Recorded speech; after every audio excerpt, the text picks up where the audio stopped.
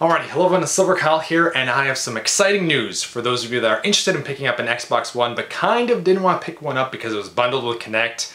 You thought that was a useless piece of crap, and it was a little bit too expensive because today, which is long overdue and I think they should have done it right from the get-go, they have finally decided to go with two different bundles, one of them with Kinect at still $40.99 I assume, and one without the Kinect at $3.99, $100 cheaper. That is something they should have done right from the beginning. And it's funny though, because last year, Microsoft had told us, so many things about the Xbox One and that were mandatory, that they could not change, it's just not possible. Had to be online all the time. Turns out it didn't have to be. It wasn't at launch. At launch they had fixed that problem. Like a few weeks after they had announced it, they changed that because the fans just didn't want it. So they lied to us straight up there. Another thing is that it had to be bundled with Kinect. That was just, had to be that way. They're not going to offer anything without the Kinect because it has to be part of the Xbox One. Actually, it doesn't, because now they're taking it away. It's just, I find it so sad that Microsoft is like straight up lying to us because they're like, oh, it has to be like this. We can't change that. No, that's not possible. Actually, we can because, we really want to sell more consoles and we won't.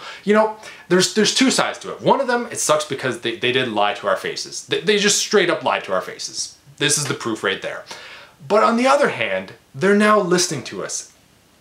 Mainly because, Sony and the PS4 has forced them to do it because Sony is just doing amazing with the PS4. It's over 7 million units sold. It's beating the Wii U already.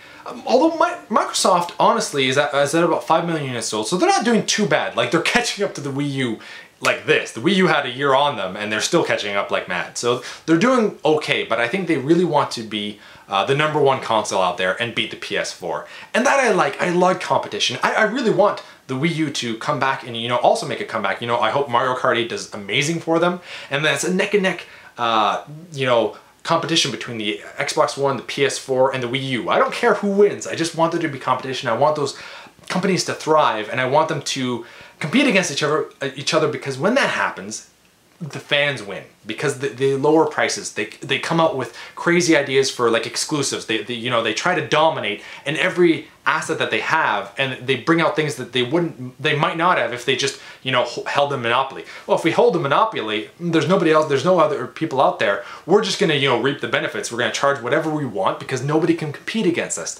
That's not what I want. So I'm happy that they're going this route. And honestly, I didn't pick up an Xbox One for two reasons. One of them, because Microsoft just kept lying to us, and I was like, I don't like that. That's not very trustworthy of a company.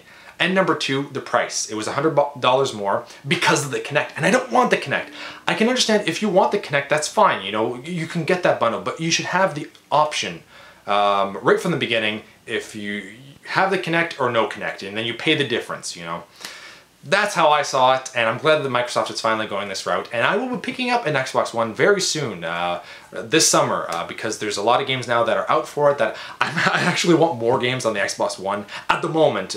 Before E3, I don't know what's coming out now, but at the moment there's more exclusives that I want for the Xbox One, like Plants vs. Zombies, Modern Warfare, or more Modern Garden Fair, I can't remember what it's called, but I cannot wait for that game. Titanfall is out, and I think I would probably go more so with multi-platforms on the Xbox One, because I do like the Xbox 360 controller. PS4 controller is a big improvement, but still, I'm just really excited for all the Xbox One games that are coming out in the future. Halo, I'm a huge Halo fan, so it's just all positive stuff there. Also, another big news regarding the Xbox One is that they're finally, another thing that they should have done right from the get-go is the free services for like their apps. You don't have to have the Xbox Live anymore. Netflix will work even if you don't have the Xbox Live, which they should have done from the beginning.